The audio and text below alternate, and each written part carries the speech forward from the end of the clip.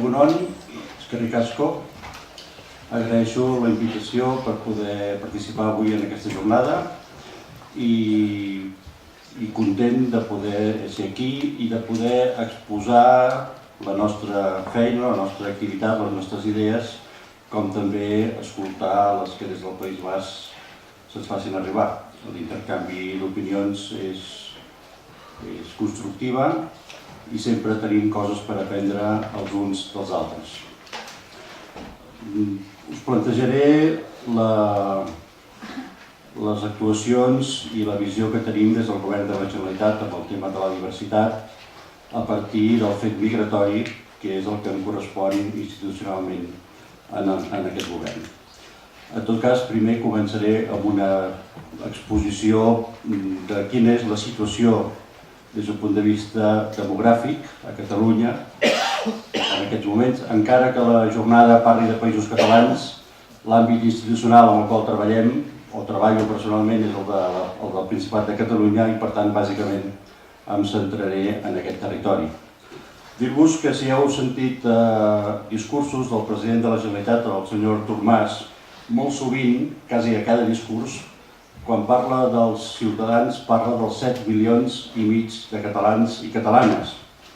I aquests 7 milions i mig de catalans i catalanes són justament les persones que estan empadronades a Catalunya, però que tenen orígens molt, molt diversos. Dir-vos que dels 7 milions i mig que vivim actualment al Principat de Catalunya, 6.381.000 som espanyols, entre cometes, i 1.183.000 són estrangers.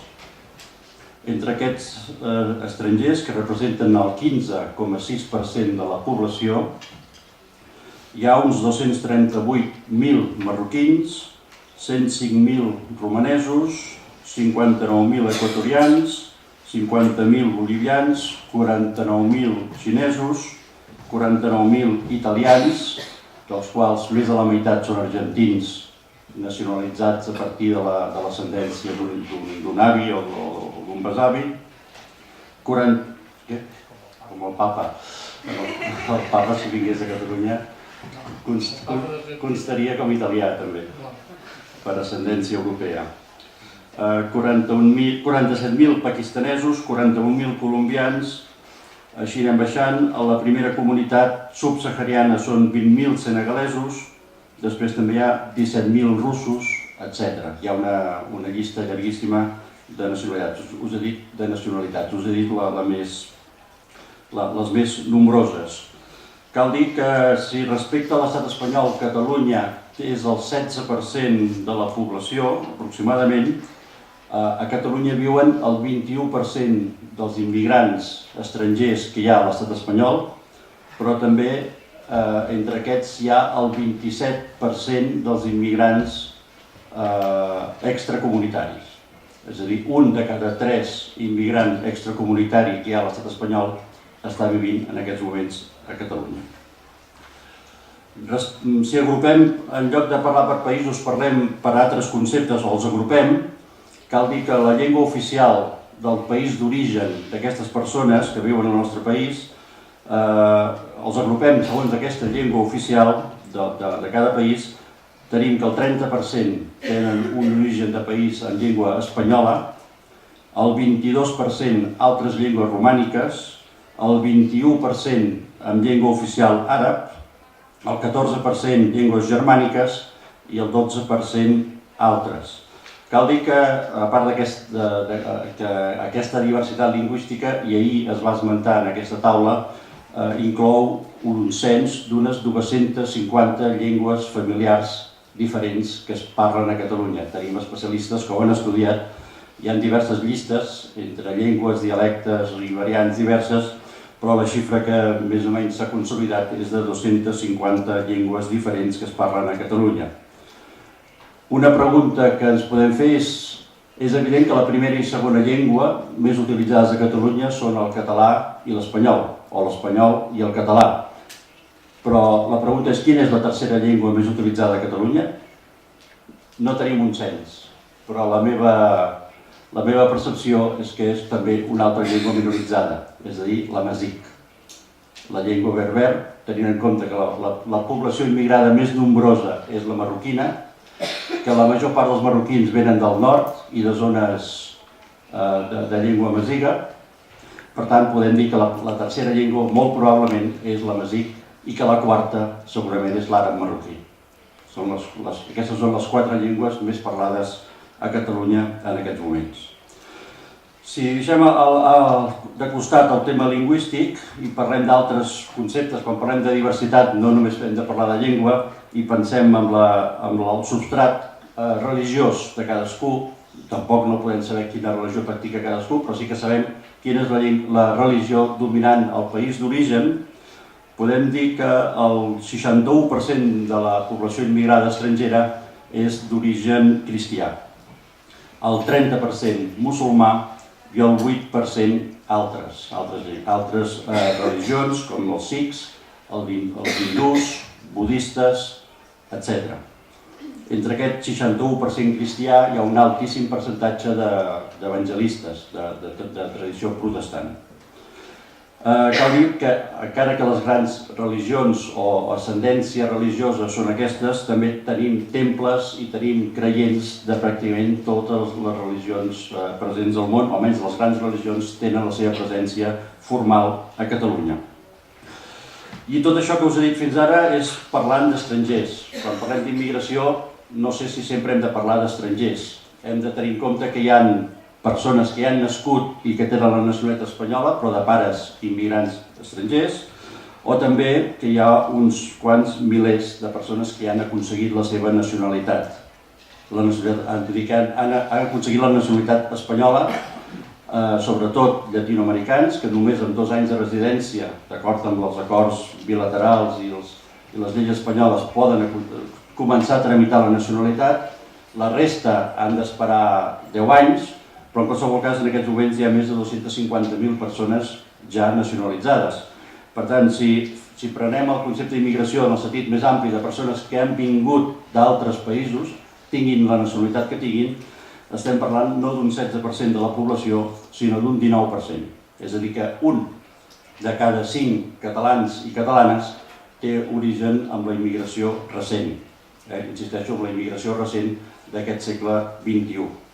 Per tant, quan el president o qualsevol, o tots nosaltres parlem de 7,5 milions de catalans, estem parlant que hi ha un 20% d'aquesta població que té un origen a fora no només de Catalunya, sinó ja de l'estat espanyol. La relació de Catalunya amb els moviments migratoris ve de molt lluny, no cal anar a l'època de la Reconquesta, però sí que podem recordar molt ràpidament que ja en el segle XVIII, per parlar de l'època moderna, Catalunya tenia una gran població de gascons, de persones d'origen occità, també d'origen francès, que el comerç minorista, com en diem ara, a la ciutat de Barcelona estava gestionat per occitans gascons, la gran majoria, que en aquells moments representaven més d'un 10% de la població de la ciutat de Barcelona, al segle XVIII, que hi han documentats casos de racisme i xenofòbia cap a aquesta població en aquells moments, i també que la població urbana al segle XVIII era enormement diversa. I a les cròniques de la Guerra de Successió i del setge de Barcelona, que va acabar l'11 de setembre de 1714, es parla d'holandesos, genovesos, napolitans, anglesos, molta població diversa i molts castellans i aragonesos i de molts altres llocs que ja vivien d'una manera estable a Barcelona i que ja en aquell moment la ciutat, el camp era diferent, però la ciutat ja era molt diversa o un concepte de diversitat que s'assemblaria molt a l'actual. També Catalunya té molta relació, també ha estat afectada per moviments d'emigració. Emigració econòmica, hi va haver al segle XIX una gran emigració, sobretot a partir del desastre de la filoxera, que va destruir les vinyes. La diàspora catalana a Amèrica ha deixat molta petjada, com a aventurers, també com a esclavistes, que això també és una part de la nostra història que no s'ha d'oblidar, militars, colonitzadors i llibertadors, molts catalans van participar a les guerres d'independència dels països americans, periodistes, hi havia una colònia a Nova York que va fer durant anys una publicació en català que es deia La Llumenera de Nova York, una publicació periòdica en català a la ciutat de Nova York, gent que va fer grans fortunes, avui tenim present marques globals com Bacardí o Partagàs. El Bacardí era un senyor de Sitges i Partagàs un altre d'Arenys de Munt, que van emigrar a Cuba i van fer la seva fortuna allà. És a dir, la migració catalana ha estat present al llarg de la història. La immigració massiva va començar al segle XX, als anys 20 amb la construcció del metro a Barcelona, les grans exposicions universals, amb murcians, aragonesos, els meus besavis, que van venir de Saragossa i de Terol, doncs formen part d'aquesta migració de principis del segle XX. Als anys 40, el gran exili, una emigració política, una migració cap a tot el món, però també una altra vegada cap a Amèrica. La immigració dels anys 50 a 70, d'Andalusia, Galícia, Extremadura i Castella. I la nova immigració del segle XXI, que a diferència de les anteriors, que tenia un origen, diguem, si voleu, més proper i més homogeni, doncs és una immigració que, com us he dit ara fa un moment, porta gent de tot el món, totes les cultures, totes les maneres de pensar que es podem imaginar, religions molt diferents i que ens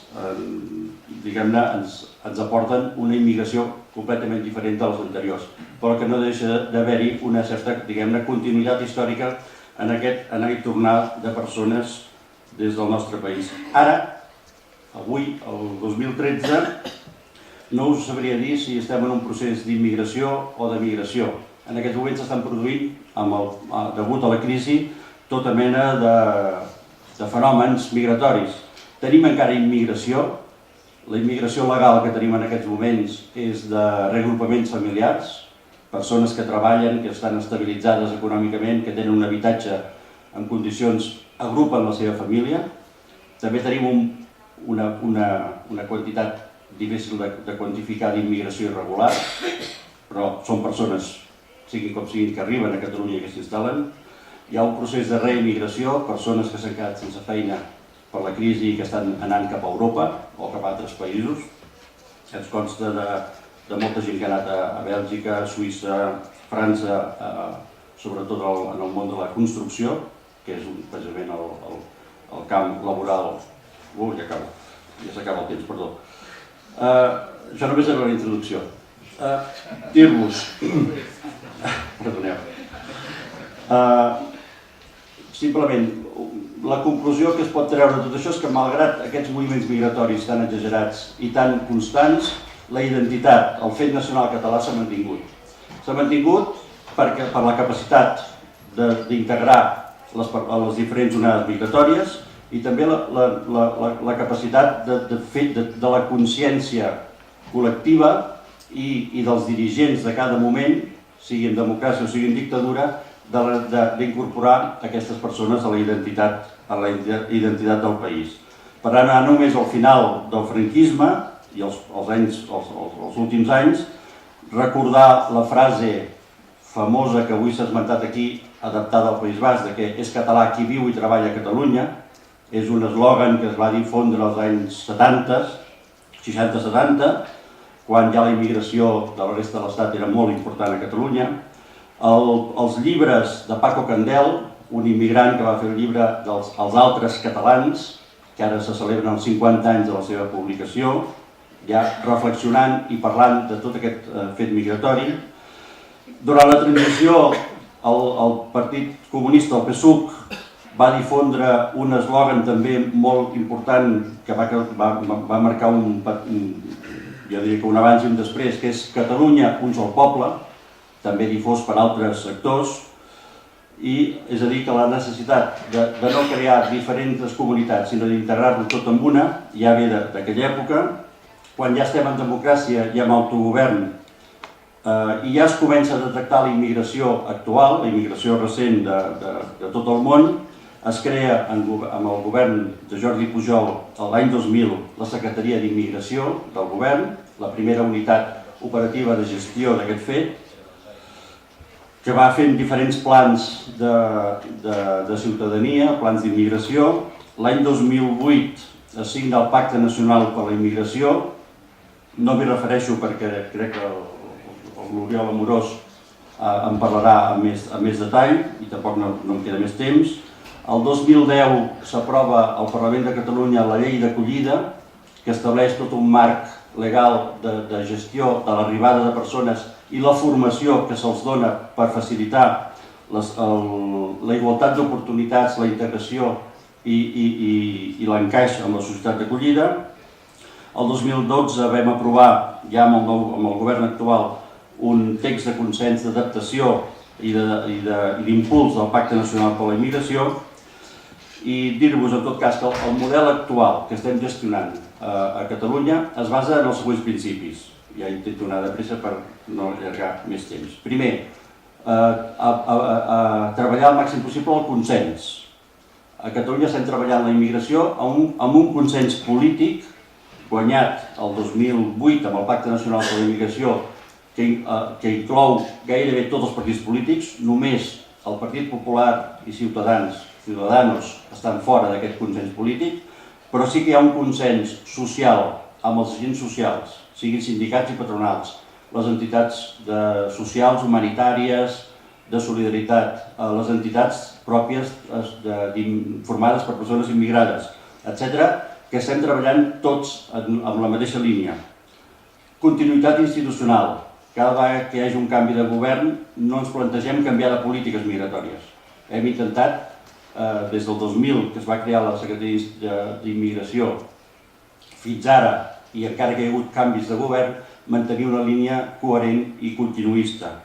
Interdepartamentalitat. Treballar transversalment amb tots els òrgans del govern. La pròpia Direcció General actual d'Immigració, que porto, té una comissió interdepartamental on tots els departaments del govern estan representats per gestionar les polítiques pròpies i coordinar i impulsar aquestes polítiques migratòries a Catalunya. Cooperació entre institucions. Hi ha un treball colze a colze amb els ajuntaments, que és fonamental. És molt important el treball de la Generalitat amb els ajuntaments i amb els agents socials i econòmics. Tenim una taula de ciutadania i immigració, que és com un consell assessor en la qual hi ha representat tot el món social i municipal, però cal dir que el treball constant nostre amb els ajuntaments, sobretot, i els consells comarcals, és el dia a dia, és el més habitual i el més constant. Fem d'assessors de la seva feina, però també recollim les seves preocupacions i dubtes, i per tant impulsem que els ajuntaments siguin la primera porta d'acollida i la primera eina d'integració de les persones nouvingudes. Després, acabo de seguida, tot això, en tot cas, si després parlem del Pacte Nacional per la Immigració, ja veurem quins són els seus objectius i les seves línies d'actuació, però dir-vos que la llengua, per aquests pactes i per tot aquest moviment i aquesta estructura, la llengua catalana és el factor de cohesió social més important. El fet de promoure la llengua, d'oferir-la a les persones nouvingudes, ho entenem com una oportunitat d'integració i d'oferir la igualtat d'oportunitats a tothom. Per tant, tampoc insisteixo, però dir-vos que l'eix conductor de la llengua és un fet importantíssim. I acabo amb uns quants reptes de futur que, si voleu, esmento ràpidament sense entrar-hi a fons. Primer, adaptar els serveis i les actuacions de l'administració a l'actual model de crisi. Hi ha el risc que tot el treball d'acollida es perdi per les retallades, així de clar. Per tant, hem de procurar adaptar el treball a la nova situació sense perdre qualitat i eficàcia amb els serveis. Adaptar-nos a la nova realitat migratòria. Ja no hi ha una arribada massiva de persones a qui hem d'atendre, continua arribant, com us he dit, però també hem de pensar en els que se'n van, els que reemigren i els que volen tornar al país d'origen. El retorn voluntari. Tot això són gestions migratòries que no podem desatendre. Mantenir i impulsar la lluita contra el racisme i la xenofòbia. A partir de moltes actuacions, una de les més importants i més activa és el treball antirumors. hi ha una rumorologia constant que afecta la immigració, que s'ha de combatre perquè és falsa, com també combatre els populismes que es puguin produir. El treball i hem de pensar en com incorporem els fills i filles de les persones immigrades, les segones i terceres generacions, perquè és aquí on veurem si el model de gestió migratori té èxit o no té èxit. La prova del cotó no es tracta en si les persones adultes que han vingut doncs més o menys han encaixat, es pot dir que s'han integrat o s'han identificat amb el país, sinó si els seus fills i filles, quan arribin a l'edat adulta, després d'haver molts nascuts aquí a Catalunya, però nascuts al nostre país, havent passat per tot el sistema educatiu, com tots els altres, quan arribin adults, se sentiran tractats com uns catalans més o tindran una percepció de rebuig pel fet que es diuen Mohamed o perquè la seva pell és d'un color determinat o perquè la cultura, la religió familiar és diversa.